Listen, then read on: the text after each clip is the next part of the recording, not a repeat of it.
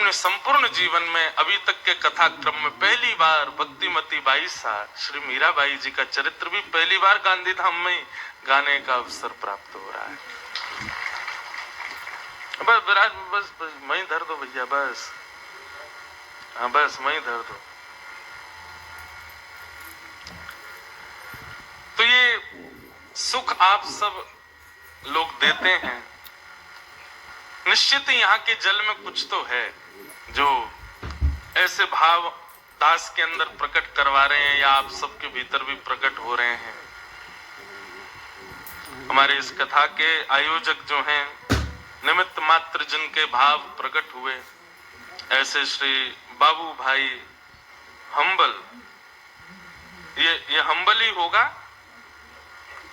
हुम्बल, तो हुम्बल ये अच्छा, वैसे तो इंग्लिश में भी कितना अच्छा शब्द है हम्बल, हुम्बल, हम्बल मतलब जो बहुत सहज रहता हो, बहुत बहुत डाउन टू अर्थ हो। तो ऐसे हमारे बाबू भाई जी इस कथा के मुख्य आयोजन करता है।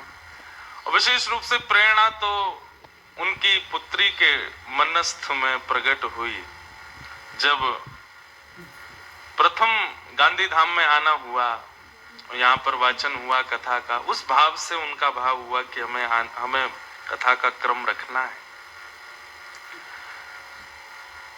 निश्चित ही आपके उस भाव को लाल जी ने स्वीकार किया और आज ये दिन हम आप सब लोग देख रहे हैं कि ये कथा का प्रारंभ यहाँ हो रहा है।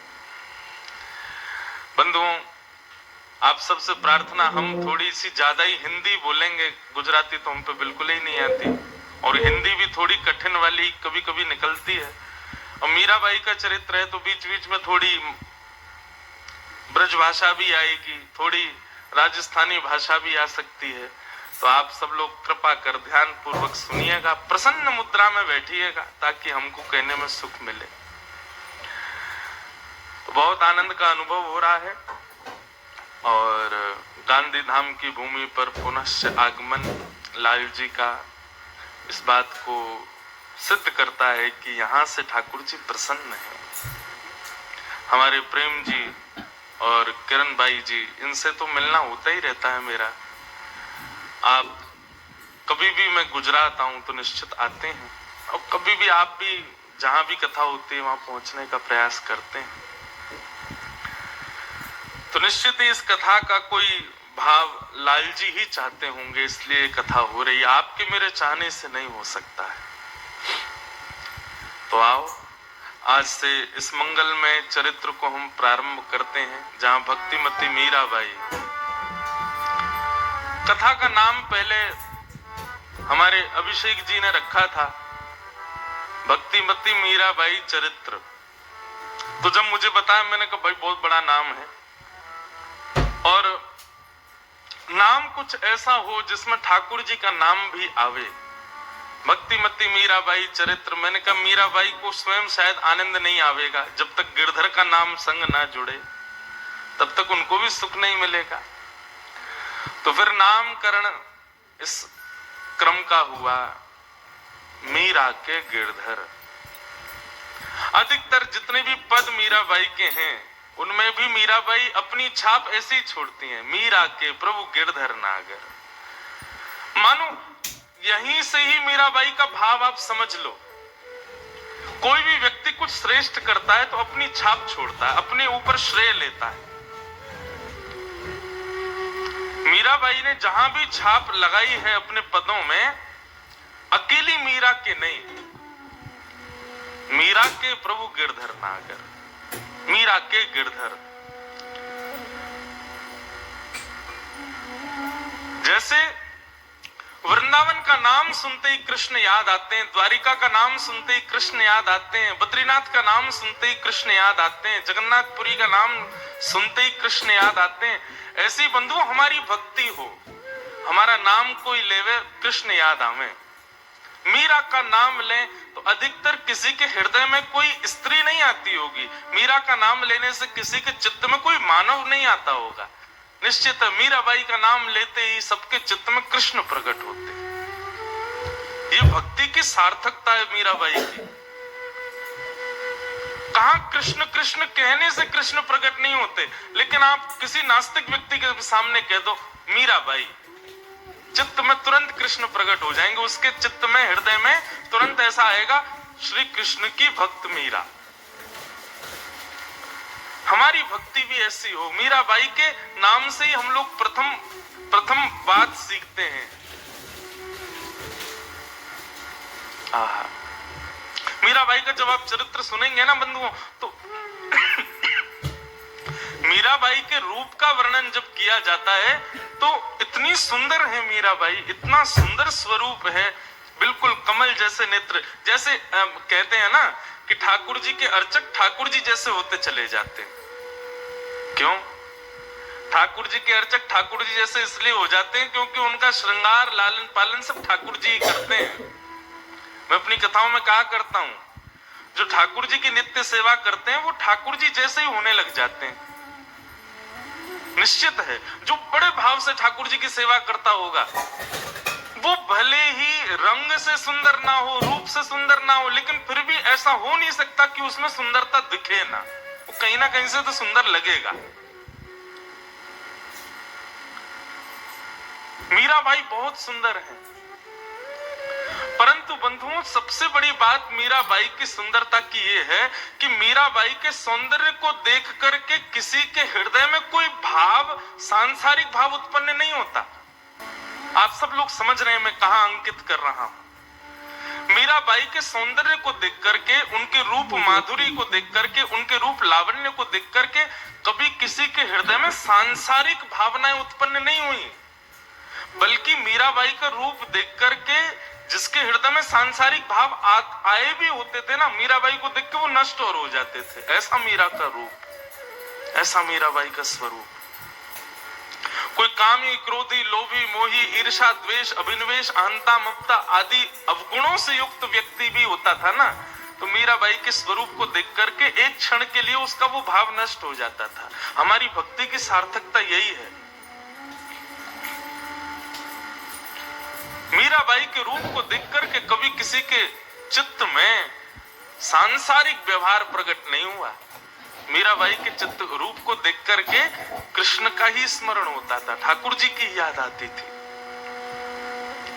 ऐसी मीराबाई। तो यहाँ जितने भी वैष्णव बैठे हैं बंधुओं, मीराबाई के चरित्र को केवल सुनकर के मनोरंजन करके मत चले जाना। मीराबाई से कम ये 2-3 चीजें सीखना। हम भी अपना रूप धारण करते हैं, श्रृंगार धारण करते हैं, हमारे श्रृंगार, हमारे व्यवहार, हमारे रूप में वो भक्ति दिखे जैसे भक्तिमती मीराबाई की दिखती है।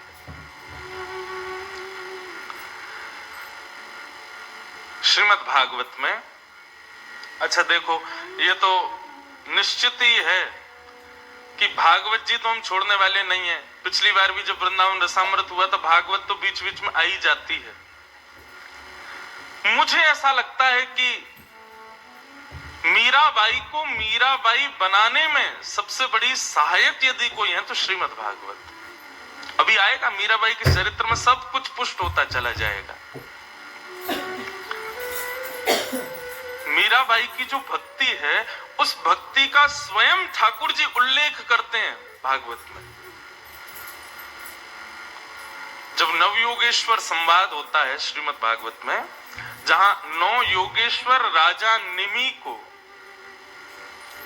ज्ञान उपदेश देते हैं, तो वहां 9 योगेश्वर क्या क्या कहते हैं वो सब भाव, उन्हीं में ही भक्ति की प्रधानता, भक्ति के स्वरूप बताए गए। बहुत ध्यान से सुनिएगा। मीराबाई की भक्ति कौन सी है और हम लोग कौन सी भक्ति में विद्यमान हैं, पहले ये समझिए।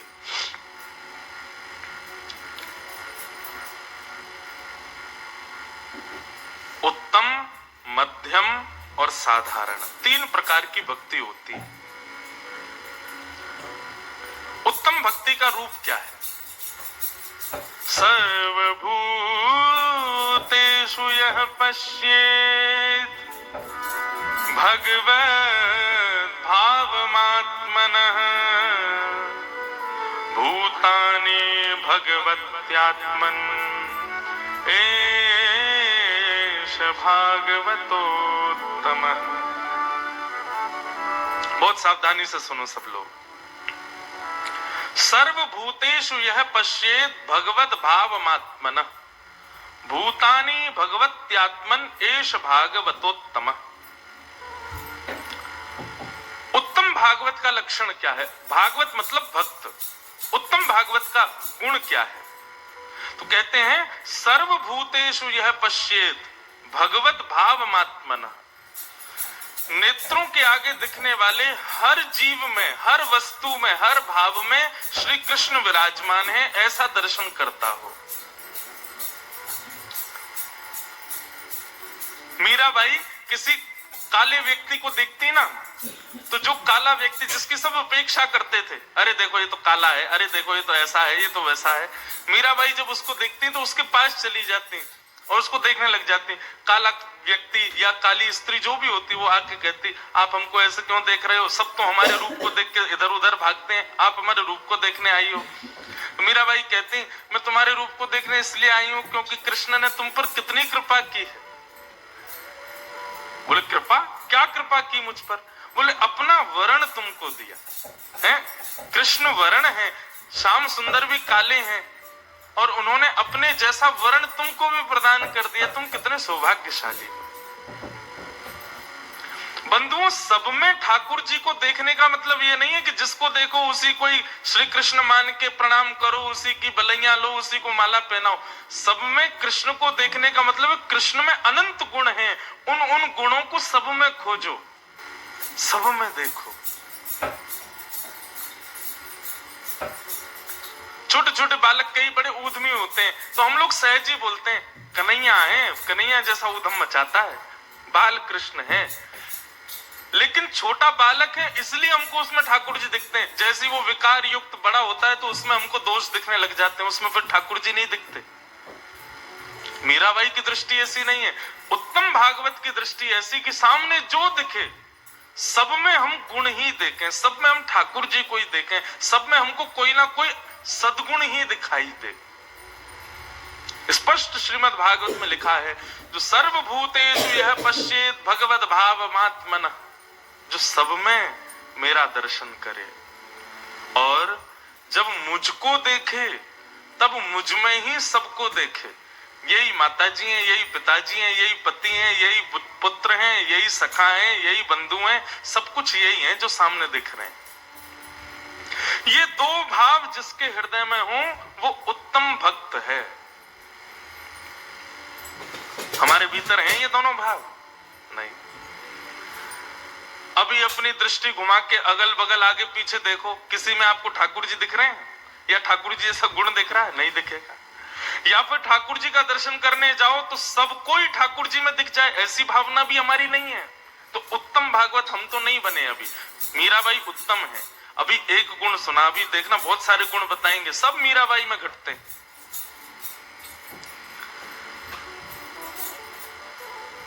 सबको देखे तो सब में ठाकुर जी, और जब ठाकुर जी को पाले तो सब ठाकुर जी में। ये उत्तम भागवत है। मध्यम भागवत कौन है? मध्यम भक्त कौन है? ईश्वरे तदधीनेषु बालशेषु दुसस्तुच प्रेम मैत्री कृपापेक्षा यत् करोति समध्यम। हाँ, उत्तम तो हम लोग नहीं है लेकिन मध्यम हम लोग हो सकते हैं। मध्यम भक्त का लक्षण क्या है?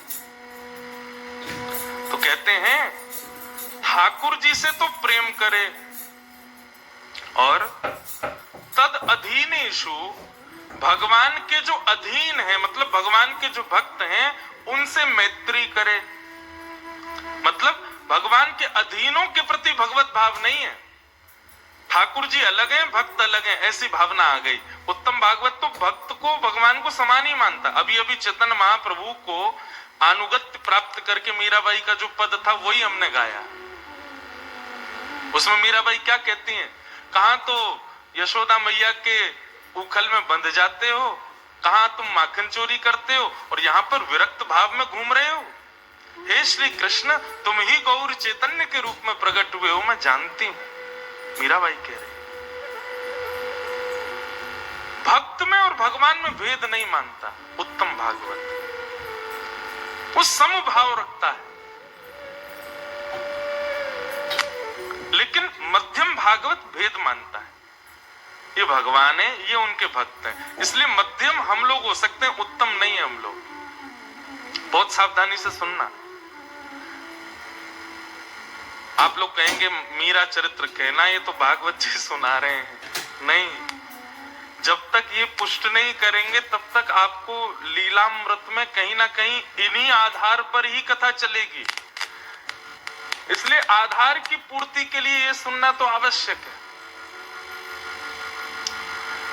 तो ठाकुर जी से प्रेम करे और उनके अधीन रहने वाले भक्तों से मैत्री करे। जो ठाकुर जी के बारे में नहीं जानते उन पर कृपा करे, और जो कथा से संबंध नहीं रखते, ठाकुर जी से संबंध नहीं रखते, उनकी उपेक्षा करे। ये मध्यम भागवत है। उत्तम, मध्यम, और तीसरा है साधारण। साधारण भक्त का लक्षण क्या है कि आचार्या में वहरे पूजाम यश्रद्धये हते न तद भक्ते सुचान्येषु सभक्त प्रकृत स्मृत। साधारण भक्त का लक्षण क्या है? अर्चावतार के प्रति भाव रखे, ठाकुर जी की मूर्ति पूजा में निष्ठा रखे, उसके अतिरिक्त ना भक्तों में ज्यादा निष्ठा रखे, ना संतों में ज्यादा श्रद्धा रखे, ना ज्यादा उसको सत्संग में रुचि लगे। ऐसा व्यक्ति कौन कहलाता है? साधारण। तो साधारण तो हम नहीं है, उत्तम भी हम नहीं है, लेकिन हाँ मध्यम हम हैं। पर जिनकी लीला सुनने के लिए हम लोग बैठे हैं, जिनका चरित्र सुनने के लिए हम लोग बैठे हैं, वो कौन है? वो है उत्तम। वे उत्तम है। सर्वभूतेषु यह पश्येत भगवद भावमात्मन। उत्तम भागवत के फिर कई सारे लक्षण भगवान स्वयं बताते हैं। उत्तम भागवत का एक लक्षण बताते हुए ठाकुर जी कहते हैं, न काम कर्म बीजानाम यस्य चेतसि संभव वासुदैवैक निलयः स वै भागवतोत्तम। उत्तम भागवत जो होता है वो अपने आप को कोई शरीर नहीं मानता। मैं एक शरीर हूं, इसको नहलाना धुलाना, इसकी मन इच्छा पूरी करना है, इसको ये खिलाओ, इसको वो पिलाओ, इसको ऐसा कराओ। वो अपने शरीर को अपना ना मान के उसकी इच्छा पूर्ति में नहीं लगा रहता। वो अपने शरीर को वासुदेवैक निलय, अपने शरीर को ठाकुर जी का घर समझता है। और चित्त के कुंज में श्याम सुंदर विराज रहे हैं, चित्त के कुंज में श्री गोवर्धन नाथ विराज रहे हैं, इस भाव से अपनी चित्त के भावनाओं को पूर्ण करता है। ये उत्तम भागवत का लक्षण। माफ कीजिएगा, हम इच्छा पूर्ति के लिए जीते हैं, ये खाना है वो खाना, ये चॉइसेस क्यों है हमारी? क्योंकि हम अपने शरीर के लिए जीते हैं। लेकिन जब वैष्णव भक्त हो जाता है उसकी कोई चॉइस नहीं रहती, उसकी कोई बहुत सारे ऑप्शंस नहीं है उसके पास में। जो ठाकुर जी को प्रिय वो उसको प्रिय, जो ठाकुर जी को भावे वो उसको भावे, ऐसा भाव भगवान कहते हैं। ये उत्तम भागवत का लक्षण। मीराबाई ऐसी ही है, साधु महात्माओं को देखती हैं, जैसी देखती हैं विरक्त भेष में घूम रहे हैं, पूछती हैं आप ऐसे विरक्त भेष में क्यों घूम रहे हो? बोले विरक्त भेष में घूमने से ऐसा लगता है, पता चल जाता है लोगों को कि ये साधु हैं, ये ठाकुर जी के भक्त हैं। जैसे कथा आती है, हनुमान जी महाराज सीता जी से पूछते हैं आप सिंदूर क्यों लगाती हो? बोले कि इससे पता चलता है कि हम राम जी की गृहिणी हैं, राम जी हमारे हैं। हनुमान जी पूरे शरीर पर सिंदूर लेप के घूमने लगे। बोले केवल मांगी क्यों, मैं तो रोम रोम से बताऊंगा कि मैं राम जी का हूं। पूरे अंग पे सिंदूर लगा घूमने लगे। ठीक वैसे मीराबाई भी राजकीय वस्त्रों में घूमती हैं, लेकिन जब किसी विरक्त वेशधारी संत को देखती हैं तो पूछती हैं आप ऐसे क्यों घूमते हो, आप मेरी तरह क्यों नहीं पहनते राजकीय वस्त्र। बोले अरे तुम्हारे वस्त्रों से पता चलता है तुम राजा की बेटी हो, और हमारे वस्त्रों से पता चलता है हम श्याम सुंदर के दास हैं। वस्त्रों से ही पता चल जाता है हम ठाकुर जी के। मीराबाई बोली तो अच्छा, मेरे वस्त्रों से नहीं पता चला आपको कि मैं श्याम सुंदर क्यों, मैं गिरधर क्यों। बोले नहीं, तुम तो राजा की बेटी दिख रही हो। बस उसी समय वैरागन वेश धारण किया। मैं गाता हूं, जिन भेषा मारो सावरो रीझे, जिन भेषा मारो सावरो रीझे, जिन भेषा मेरो गिरधर रीझे, जिन भेषा मेरो गिरधर रीझे, ओ जिन भेषा राधा रमण जो रीझे, जिन भेषा राधा रमण रीझे, मैं तो सो ही भेष धरूंगी हो, मैं तो सो ही भेष धरूंगी। हमारे मंच पर महात्मा विराज रहे हैं, रूप से ही पता चल रहा है कि ये ठाकुर जी के भक्त हैं। अभी अभी ब्राह्मण देवता पधारे, नीचे विप्र देवता विराज रहे हैं। उनकी धोती से, उनके मस्तक के तिलक से, हमारी वेशभूषा से चाहे लोग नहीं भी जानते हो तब भी आकर के प्रणाम ही करते हैं। कई बार लोग नहीं जानते लेकिन हमारी वेशभूषा देख के केवल प्रणाम करने आ जाते। मैंने कहा आप हमको जानते? बोले नहीं, जानते तो नहीं है। मैंने कहा प्रणाम क्यों किया? आपकी धोती से, बगलबंदी से लगता है कि आप जरूर पंडित जी हो, आप जरूर ब्राह्मण देवता हो, आप जरूर ठाकुर जी के हो, इसलिए प्रणाम। अरे भेष ही बता रहा है कि हम ठाकुर जी के। यही बात श्रीमद् भागवत में भगवान नवयोगेश्वर संवाद में कहते हैं, जो अपने तन को अपना ना मान के मेरा घर समझे और उसी तरह उस घर को सजावे, वो मेरा उत्तम भागवत है। सो ही भेष धरूंगी हो, मैं तो सो ही भेष धरूंगी। अरे हाँ, मैं वैरागन होंगी, होंगी, मैं वैरागन होंगी, मैं वैरागन होंगी, होंगी, मैं वैरागन हो बाला।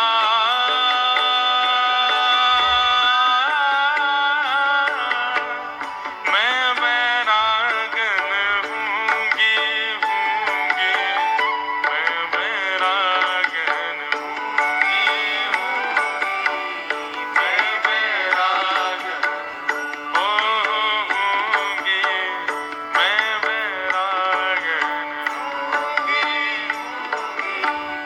मैं वैरागन। बंधुओं, आप लोगों को याद हो जाए तो बहुत अच्छा, नहीं तो डायरी में लिखते जाना कहीं पे। हाँ?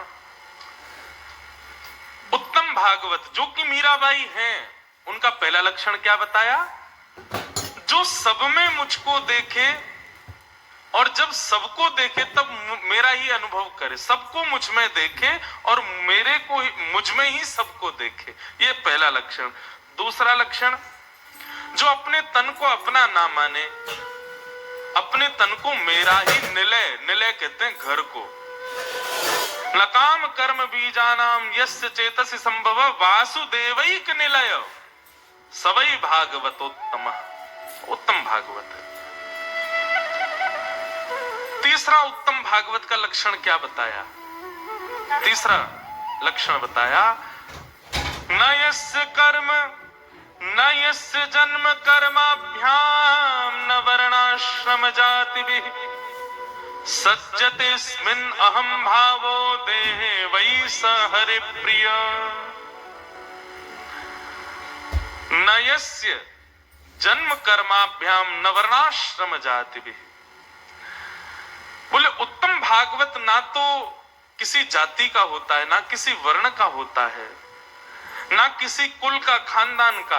ये अहम भाव उसके भीतर नहीं होता। मीराबाई एक उच्च कुल में जन्मी नारी, राव दूधाजी उनके दादाजी, जो कि एक प्रतापी राजा थे। लेकिन उनके यहां रहने के बाद भी एक जगह प्रसंग आता है कि एक संत ने मीराबाई से परिचय पूछा कि मीराबाई तुम्हारा परिचय क्या है। जानते नहीं थे, छोटी सी मीराबाई 4-5 वर्ष की आयु। तो संत ने पूछा अपना परिचय बताओ, तुम कौन हो? तो मीराबाई कहती हैं, संत जनों के परम उपासक, ब्राह्मणों के चरणों में जिनकी सदा निष्ठा रहती है, ऐसे चतुर्भुज भगवान के परम कृपा पात्र जन्य श्री राव दूधाजी की नातनी हूं मैं। उन्होंने यह परिचय नहीं दिया कि राठौड़ वंश के राजा हैं, मेड़ता के राजा हैं, आदि आदि क्षेत्र के राजा हैं, इतने योद्धा रहे हैं, इतने बड़े विजयी पुरुष हैं, ऐसा कुछ परिचय नहीं दिया। राजकीय परिचय नहीं दिया, ऐश्वर्यवंत परिचय नहीं दिया। अपने दादाजी का परिचय क्या दिया कि संतों के, ब्राह्मणों के परम उपासक राव दूधाजी की मैं वंश में उत्पन्न हुई एक बालिका हूं, मेरा नाम मीरा है। संत इसी बात से ही प्रभावित हो गए। वाह, एक बार भी ये नहीं कहा कि मैं राजा के कुल में जन्मी। एक हर परिचय में क्या कहा? संतों के चरणों के उपासक, ब्राह्मणों के उपासक, उनकी मैं नातनी मीराबाई। तो नयस्य जन्म कर्माभ्याम न वर्णाश्रम जाति भी, जो अपने ऊंचे कुल में जन्म लेने से, ऊंचे वर्ण में जन्म लेने के अहम भाव से सदा विलग रहता है। अहम भाव जिसके हृदय में नहीं होता, ठाकुर जी कहते हैं उत्तम भागवत, वो मेरा प्रिय है। अच्छा, उत्तम भागवत का एक और अर्थ यदि कर दें तो हम आप सब लोगों को हरि प्रिय लगते हैं, लेकिन उत्तम भागवत वो होता है जिसको, जो हरि को प्रिय लगता है। आप मीराबाई के रूप में ऐसा नहीं कह सकते कि उनको गिरधर नागर प्रिय लगते हैं। आप ऐसा कहो कि गिरधर को वो प्रिय लगती हैं।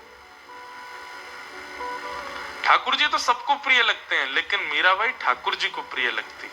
ब्रज की गोपियां ठाकुर जी को प्रिय लगती हैं। इस प्रकार बंधुओं, उत्तम भागवत के कई सारे लक्षण बताए, आज 3 ही सुनो, और भी बताएंगे। और मीराबाई में सब ये गुण लक्षण ढूंढना और धीरे धीरे हम में आवे, ऐसा विचार करना। भक्तिमती मीराबाई। मीराबाई अपने पूर्व जन्म में बंधुओं एक माधवी नाम की गोपी थी।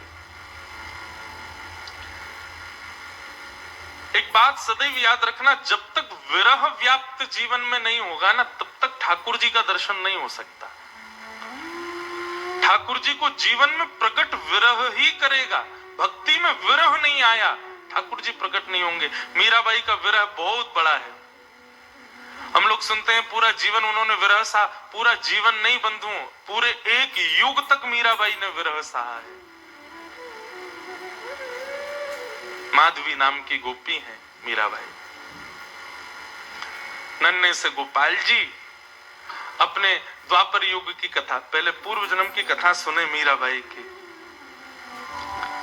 ठाकुर जी अपने सब ग्वाल बालों के साथ में आनंद करते हैं।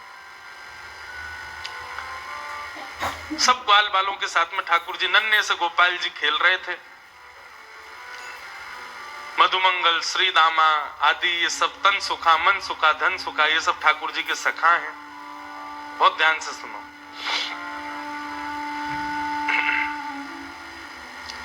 ये सब सखा हैं ठाकुर जी के। एक दिन ठाकुर जी सब ग्वाल वालों के संग खेल रहे थे। सो ठाकुर जी का सखा श्री दामा बीच खेल से ही जान लगो।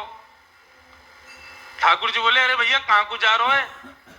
लाला, मैं तो अपनी ससुराल जा रहा हूं।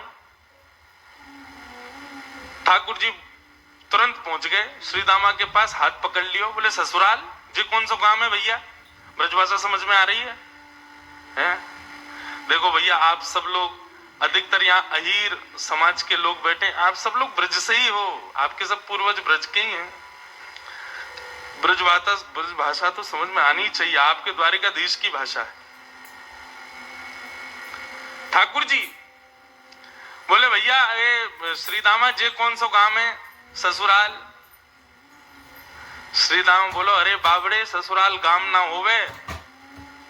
बोले तो फिर का होवे ससुराल? बोले ससुराल होवे ब्याह एवे के बाद में एक नहीं दो घर है जाए, एक तो होवे अपनी मैया को घर पिता को घर, और एक होवे पत्नी के मैया पिता को घर, वाकू कहे ससुराल।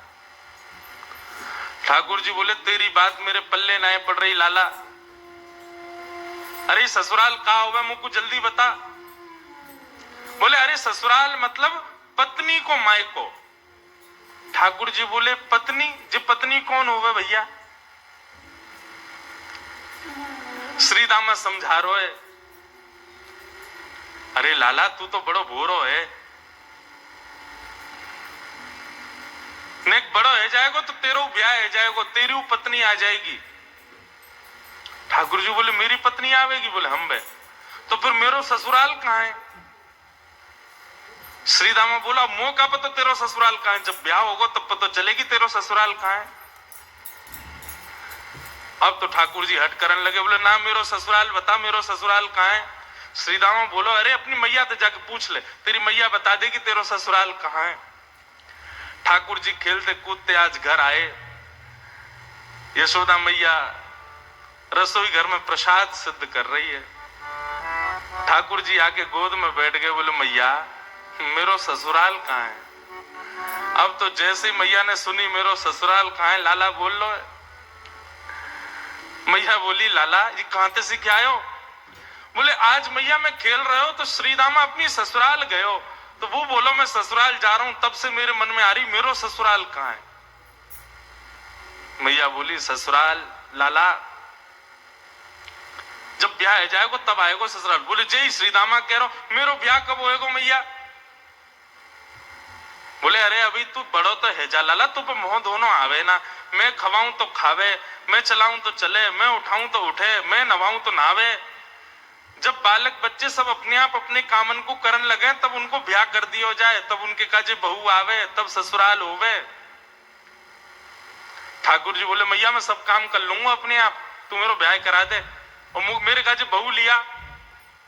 मैया बोली नेक बड़ो तो है जा लाला, कहां ते लाऊं तेरे काजे बहू?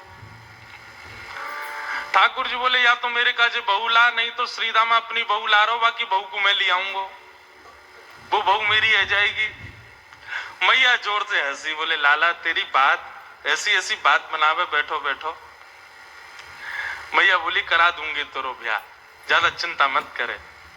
अब तो ठाकुर जी रोने लगे, मैया मेरो अभी ब्याह करा, अभी ब्यावे जाऊंगा, मैं तो अभी ब्याह करूंगा।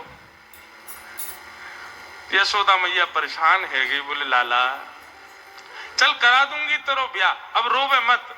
बोले कब करावेगी? तिथि बता मोको, तिथि बता, दिन बता, समय बता, सब बता, तभी जाऊंगा यहाँ से। यशोदा मैया तो ऐसी परेशान भाई ऐसे हमारे नन्हे से गोपाल जी बहू की और ससुराल की आस में बैठे। श्रीदामा को ब्याह माधवी गोपी से भयो, माधवी सखी से भयो। माधवी आज श्रीदामा माधवी को लेने के लिए ससुराल गए। ससुराल से जैसे ही माधवी आने लगी सो मैया ने पढ़ा दी माधवी और पढ़ा लिखा करके भेजी। बोले देख तू अपने ससुराल जा रही है, जमाई राजा लेवे आए, लेकिन ध्यान रखियो, याद रखियो, ससुराल में सबको सम्मान करियो, सबको आदर करियो, सबसे प्रेम से रहियो। मैया खूब सिखा पढ़ा के भेजी अपनी बहू को।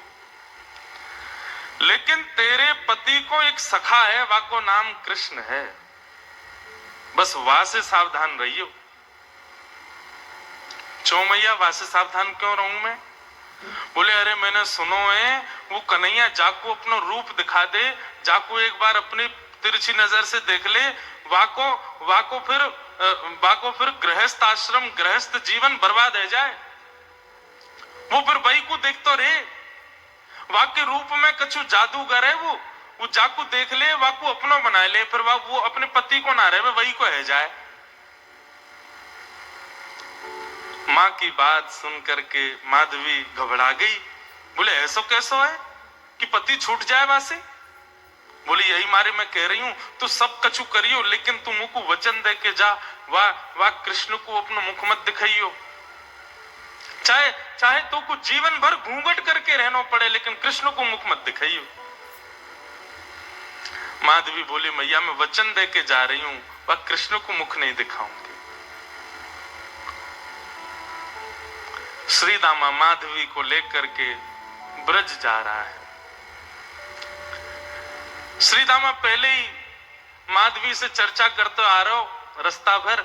सो श्री दामा ने कही, बोली अरे सुन, ब्रज में अभी मैया मिलेगी, पिताजी मिलेंगे, सब मिलेंगे, सबके संग पर बोलो मेरो एक सखा है कृष्ण, वाकू जब से मैंने बताई ससुराल के बारे में, ब्याह के बारे में, तब ते बड़ो उतावलो है, तो है सके वो तो से मिलवे आवे तो वाकू अपना मुख दिखाई दियो। मीराबाई ने जैसे कृष्ण को नाम सुनो महाराज, आदि माधवी ने जैसे कृष्ण को नाम सुनो, आधे रास्ता में ही घूंघट कर लियो। बोले वहां से ही तो बचवे के काजे मैया ने कही है, वाकू मुख नहीं दिखाऊंगे। बंधुओं, संसार में जिससे मुख छुपाना चाहिए हम उसको तो दिखाते हैं, और जिससे कभी नहीं छुपाना चाहिए उसी से छुपाते हैं। संसार के विषय, भोग, विलास आदि इन सबके आगे हम अपने आप को प्रत्यक्ष प्रस्तुत कर देते हैं, और ठाकुर जी की भक्ति, ठाकुर जी के भाव में सदैव गोपनीय रखते हैं, सदैव अपने आप को पीछे रखते हैं। ऐसा क्यों? कथा का नाम सुनकर के रसिक जन आते हैं, ठीक है, अच्छा आप लोग भी पधारे हो, पर यहीं कोई ऐसी लीला होने वाली होती जिसमें थोड़ा मनोरंजन हो तो भीड़ ज्यादा होती है। कथा ही तो है, मीराबाई के चरित्र तो सुनाएंगे, क्या करना सुन करके? नहीं, ठाकुर जी से संबंधी कोई भी बात हो उसमें तो बढ़ करके आगे आओ, बढ़ करके आगे भाग लो, उसमें चिंता मत करो। मीराबाई ने अपना मुख छुपा लियो। माधवी ने जैसे ही वृंदावन पहुंची बैलगाड़ी, सखान ने जाके ठाकुर जी को बता दिया, अरे अरे लाला देख, श्रीदामा आगो, अपनी ससुराल से आगो, अपनी बहू लेके आयो है। अब तो ठाकुर जी व्याकुल है गए, बोले बहू आई है, बहू आई है, मैं भी तो देख के आऊं कैसी बहू होवे, कहां तक, कैसी ससुराल थे, कैसे आमे, कैसे कहा होवे। ठाकुर जी तो इतने उतावले हो गए महाराज, पहुंच गए बीच रास्ता में। अरे भैया श्रीदामा आ गए हो? बोले हाँ आ गए हो लाला। कहाँ है तेरी बहू, कहाँ बैठी है? बोले पीछे बैठी है। बोले अच्छा, मुख को मुख दिखाई दे। बोले तू देवर है, वो तेरी भाभी है, भैया खुद ही देख ले। जैसे ही रथ रुका, माधवी भीतर से सुन रही थी कि कृष्ण आ गया है। माधवी ने घूंघट कर लियो, आसपास सौल आदि और पड़ी, वो भी ऊपर से डाल ली, मुख मोड़ करके बैठी है, कहीं से भी मुख दिख नहीं जाए, एक अंग भी मेरो दिख नहीं जाए, मेरो पातिव्रत धर्म नष्ट नहीं है जाए। मेरी मैया ने मुझसे कही कि जो वाकु देख ले या वाक्य नियंत्रण में आ जाए वो कभी जीवन भर अपने पति की ना रह पावे, वाकु मुख नहीं दिखाऊंगी। ठाकुर जी भीतर पहुंच गए, श्याम सुंदर बैठे हैं सामने, माधवी से कह रहे हैं, अरे श्रीदामा की बहू ने हमऊ तो दिखा, तेरा मुख कैसो है? अरे नेक दिखाए दे। मेरी मैया ने तो, मैंने तो मैया से कही मैं श्रीदामा की बहू ले जाऊंगा, मैं तो तू को ले जावे वारो, लेकिन मैया ने मुझसे कही है कि वो मेरा ब्याह कराए देगी, मैं तो ब्याह कर लूंगा, मेरी वो बहू आ जाएगी, लेकिन एक बार देखूं तो सही बहू होवे कैसी है, नेक दिखाए दे। मीराबाई तो और छुपावे, मुख नहीं दिखावे ठाकुर जी को। ठाकुर जी कभी पाम पकड़े सो इधर को है जाए, ने ठाकुर जी बगल में हमें सो इधर को भाग जाए। खूब देर ठाकुर जी मनोहार करते रहे, लेकिन माधवी ने अपना मुख नहीं दिखाया। थोड़ी बहुत देर तो ठाकुर जी मनोहार करते रहे, जब माधवी ने मुख नहीं दिखाया सो ठाकुर जी बोले, देख तू मोसों अपना मुख छुपाए रही है, तो है ना पतो मेरो मुख देखवे के काजे सब तरस हैं, सब तड़फ हैं। बड़े बड़े ऋषि महात्मा ज्ञानी हिमालय पे जाकर के तपस्या करें तब जाके मेरो मुख दिखे, और तेरे सामने प्रत्यक्ष बैठा हूं, हाथ जोड़ रहा हूं, पाम पर रहा हूं, तब वो अपना मुख नहीं दिखा रही है। जा, तड़पेगी तू मुंह को देखवे के काजे, तरसेगी, व्याकुल रहेगी जीवन भर। माधवी ने मानो ऐसा इशारा किया कि मोह देखवे की जरूरत ना है, मोह तड़पवे की जरूरत ना है, चले जाओ यहां से। ठाकुर जी निकल के बाहर आए, बोले अरे श्री दामा, मोह तो लगे तेरी बहू भेड़ी दिखे, बाकी आंख कमजोर, बाकी एक आंख ते कानी है। श्री दामा बोलो नहीं तो। बोले तो नाक टेढ़ी है, बोले नहीं तो। बोले होठ कटे हुए हैं, बोले नहीं तो। बोले दिखाई ना रही, ऐसे मुंह छुपा रही है जैसे कितनी कुरूपणी है। कोई बात ना श्री दामा, मेरी बहू आवेगी, मैं तो को नहीं दिखाऊंगा, ले जा अपनी बहू है। माधवी चली गई, अपने घर आ गई। लेकिन बंधुओं, गोविंद दामोदर स्तोत्र में कहते हैं ना,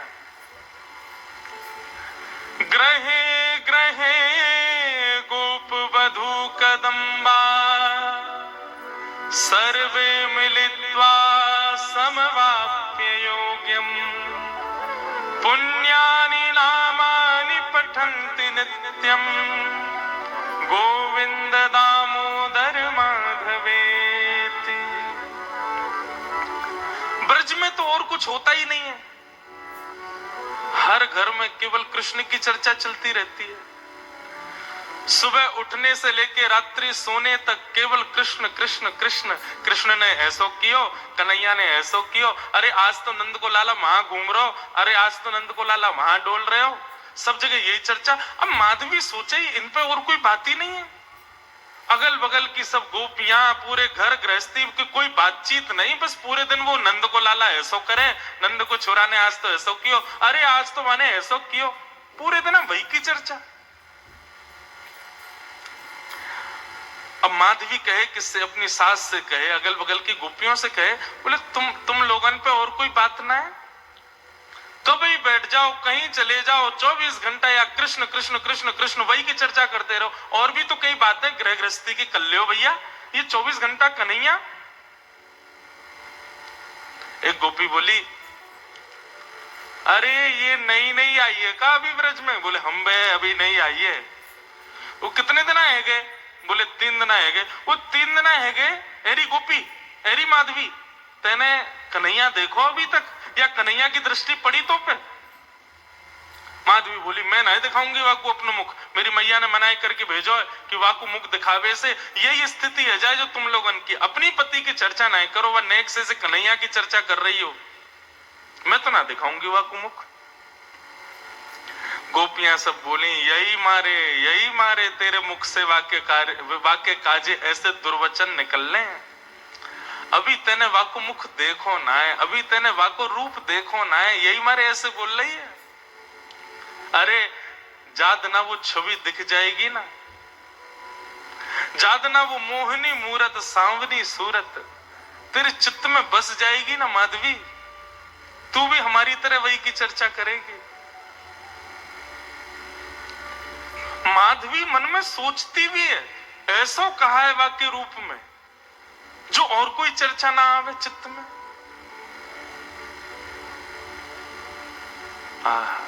बंधुओं, अष्ट सखा गाते हैं, सबने गाया, किसने नहीं गाया? कैसो है ठाकुर जी को रूप? श्री कुंभनदास जी कहते हैं अपने एक पद में,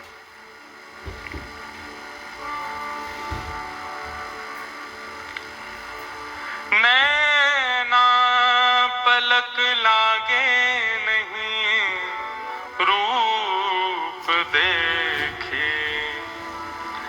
अरे माधवी, वह कन्हैया को रूप कैसो है?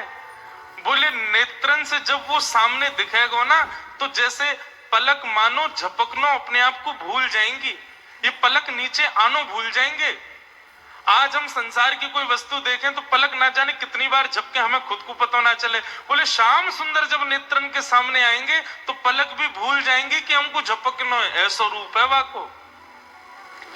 गोवर्धन के अंग अंग प्रति निरख नैन मन रहत नहीं, अरे वाको एक एक अंग ऐसा है कि एक अंग को देखेगी तो वर्षों तक एक ही अंग को चिंतन चलता रहेगा।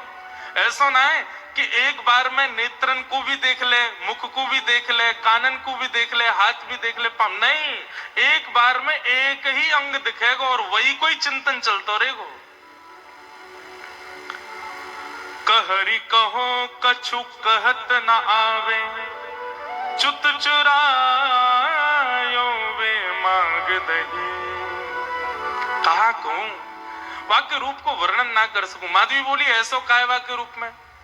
बोले वर्णन को विषय ना है, कोई बता ही ना सके। अरे कितनों बड़ा वक्ता आ जाए, वाक्य रूप को वर्णन कोई ना कर सके।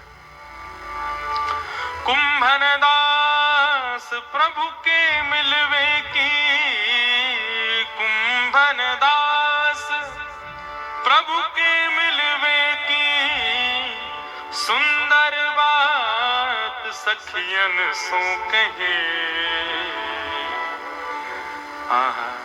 नैन पलक लागे नहीं, ऐसा रूप है वह कन्हैया को।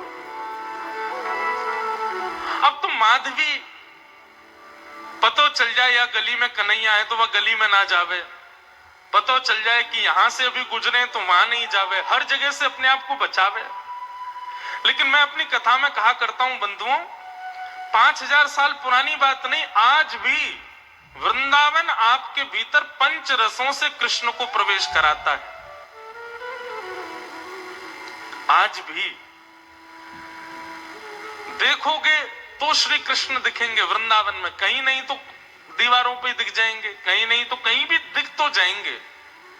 आंख बंद कर लोगे तो कानों से नाम के रूप में प्रवेश कर जाएंगे, कान भी बंद कर लोगे तो जीभ से जो भी पा रहे हो वो सब प्रसाद ही है, वृंदावन में सब भोग ही है, तो रूप रसना के रूप से प्रवेश कर जाएंगे।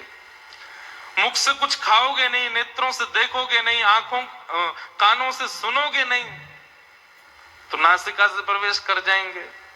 क्योंकि वृंदावन में जितनी हवा बह रही है वो भी राधा रमण, राधा वल्लभ, बांके बिहारी, मदन मोहन, राधा दामोदर सबके चरणों का स्पर्श करके बह रही है। कहां तक बचोगे? वृंदावन पहुंच गए, वृंदावन की सीमा में प्रवेश कर गए, भजन आपका तब से शुरू हो जाता है। सांस लेना भी भजन है वृंदावन में, क्योंकि हवा में भी कृष्ण तत्व है। माधवी कहां तक बचाए अपने आप को? मैया ने कही मुख मत दिखाइयो। अरे मुख तो मैं खूब छुपा रही हूं, लेकिन कानों से भी कृष्ण कृष्ण। जहां बैठ जाऊं कहीं भी ऐसी कोई जगह ही नहीं जहां कृष्ण की चर्चा नहीं होती। माधवी तो अब तो ये स्थिति हो गई कि रात में सपने में भी उसको ठाकुर जी के अनुभव होते हैं। मुख नहीं दिखता क्योंकि देखा तो कभी है नहीं, लेकिन इतना सुन लिया है कि उसको अनुभव हो गया है कि चरण ऐसे हैं, हाथ ऐसे हैं, चाल ऐसी है, मुस्काते हैं तो ऐसे। फिर उठ जाती है, मुख से पानी से मुख धोती है और फिर विचार करती है सोऊं भी तो कैसे, नींद में भी तो वही दिख रहा है, कहां तक बचूं मैं।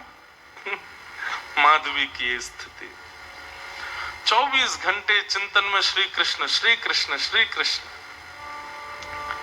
एक दिन परेशान हो गई, रात्रि में सो गई, कानों में रुई लगा ले तो भी क्या, चिंतन में तो वही चल रहा है, कहां तक बचे।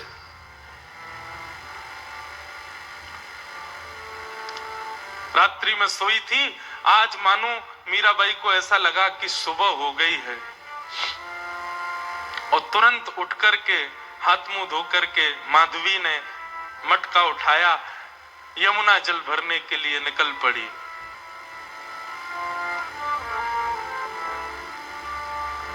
उसको लगा समय हो गया है यमुना जल भरने का। सब गोपियां साथ में जाती थी यमुना जल भरने के लिए,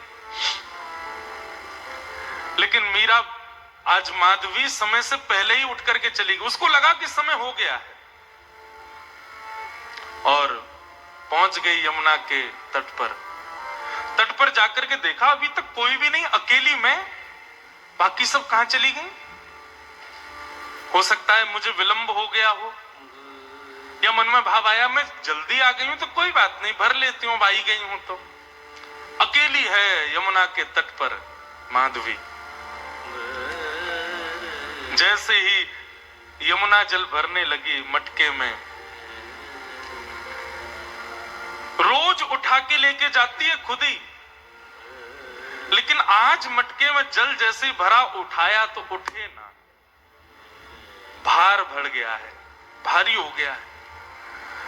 अब तो लगी है उसको उठाने में, कभी खूब प्रयास करती है, खींचती है, आसपास देखते कोई आ जाए, कोई आके उठवा दे।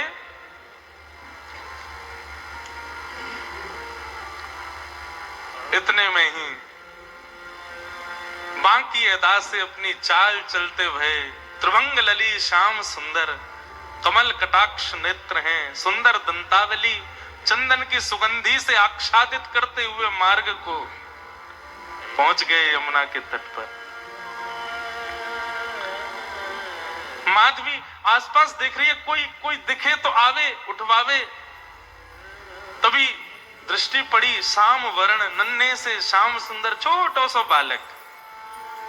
माधवी ने देखा तो था नहीं उनको, देख करके लगा अरे पता ना कौन सी गोपी को छोटा सा सुंदर सा बालक सवेरे सवेरे जमुना के तट पर घूम रहा है।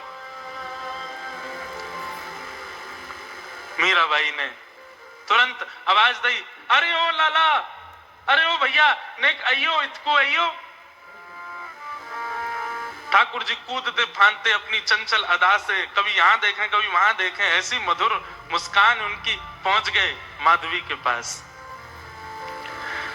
एक बार को तो मानो जैसे देखती रह गई माधवी, लेकिन मन में ये एक बार भी नहीं आया कि ये वही तो नहीं है जिससे बचना चाह रही हूं। नन्नो सो बालक है, चंचल सोया को बदन है, जरूर कोई गोपी को छोरा होगो।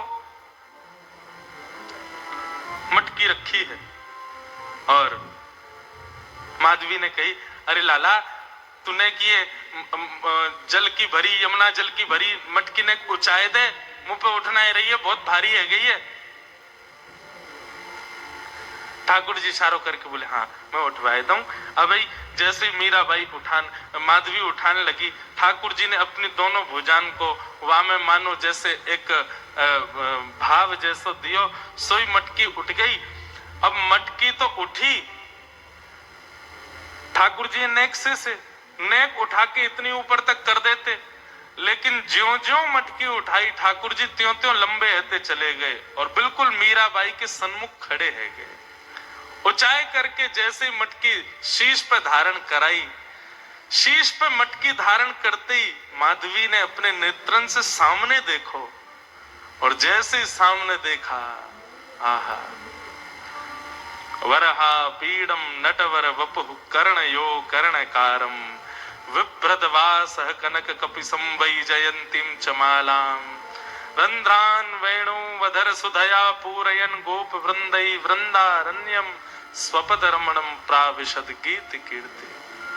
दोनों भुजा से मटकी पकड़ रखी है, नेत्रों से सामने श्याम सुंदर को देख रही है, मुख खुला हुआ है, प्रश्वेत के बिंदु माथे से नीचे गिर रहे हैं, और अचेत अवस्था में मीराबाई उनके रूप को देख रही है, माधवी उनके रूप को देख रही है।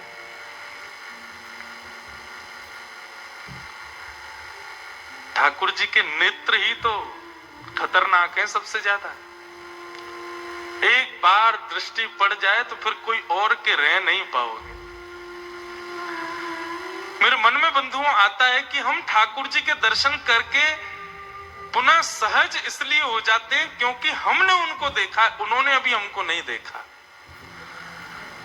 कभी ठाकुर जी ने यदि हमको देख लियो ना, तो एक बार उनके सामने जाके फिर सहज नहीं हो पाओगे, फिर अन्यत्र कहीं मन लग नहीं पाएगा। मीराबाई माधवी अचेत खड़ी है, ठाकुर जी से जितनों बचनों चारे ठाकुर जी ने उतने सबरे अपने बाण मार दिए, नेत्रन से कटाक्ष मार दी, मधुर मुस्कान कर दी, अपने रोम रोम को दर्शन कराई दियो महाराज। अब तो माधवी की स्थिति एक जड़वत कोई मूर्ति जैसे खड़ी रहती है, ऐसे खड़ी है। गोपियों ने एक ही दिन पहले ही बताया था कि वो दिख जाता है तो क्या होता है, वही हो गया। अब ठाकुर जी तो अपने सैन चला करके वहां से भाग गए। समय हुआ उन गोपियों के आगमन का जो यमुना जल रोज भरती थी। जैसे ही आई, आकर के देखा अचेत अवस्था में अब भी ऐसे ही खड़ी है माधवी।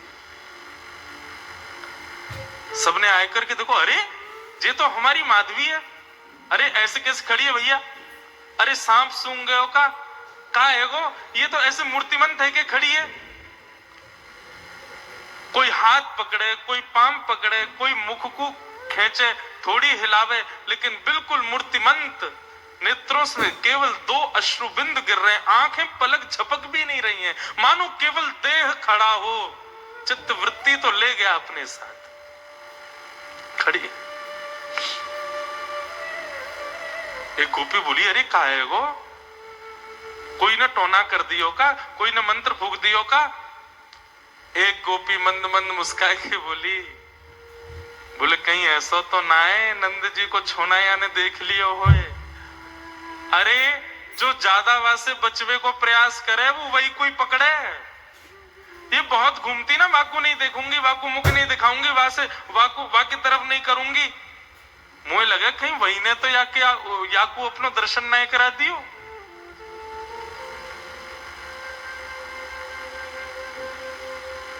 एक गोपी यमुना जल भर के लाई और जल का छिड़काव, खड़ी हुई है मीराबाई, ऐसा नहीं अचेत पड़ी है, सांस भी चल रही है, नेत्र भी खुले, बिल्कुल सचेत है, बस मूर्तिमंत है।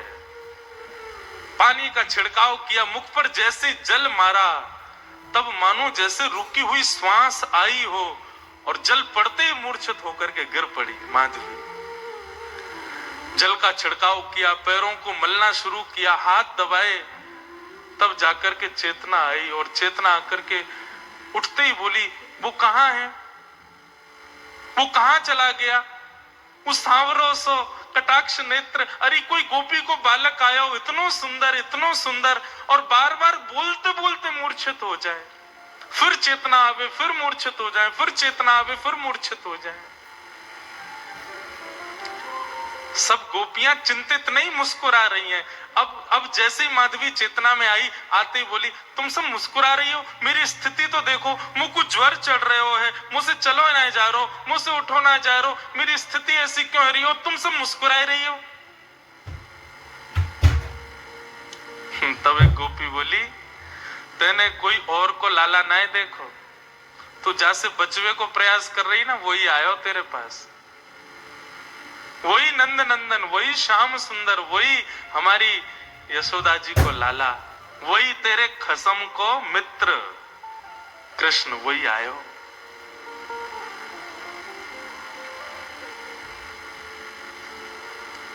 मीराबाई, माधवी अब तो बेचैन हो गई, मैं कहा करूं, कहां जाऊं, मुझको घबराहट है रही है, मैं मुंह से उठो ना जा रहा, मुझसे चलो ना जा रहा, मैं बोल भी ना पा रही, बार बार अचेतना है रही है, कछु करो ना। सब प्रकार के प्रयास किए, लेकिन माधवी कहे नहीं, अब तो एक ही उपाय है कि वाके सामने मुंह को ले चलो, मुंह को दिखाए दो, वाको रूप दिखाए दो।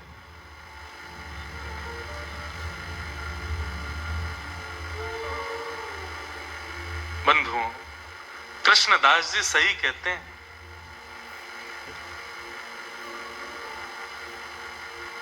सजल श्याम घन वरण लीन है, फिर चित अनत न भटक्यो, मेरो मन गिरधर छवि पे अटक्यो।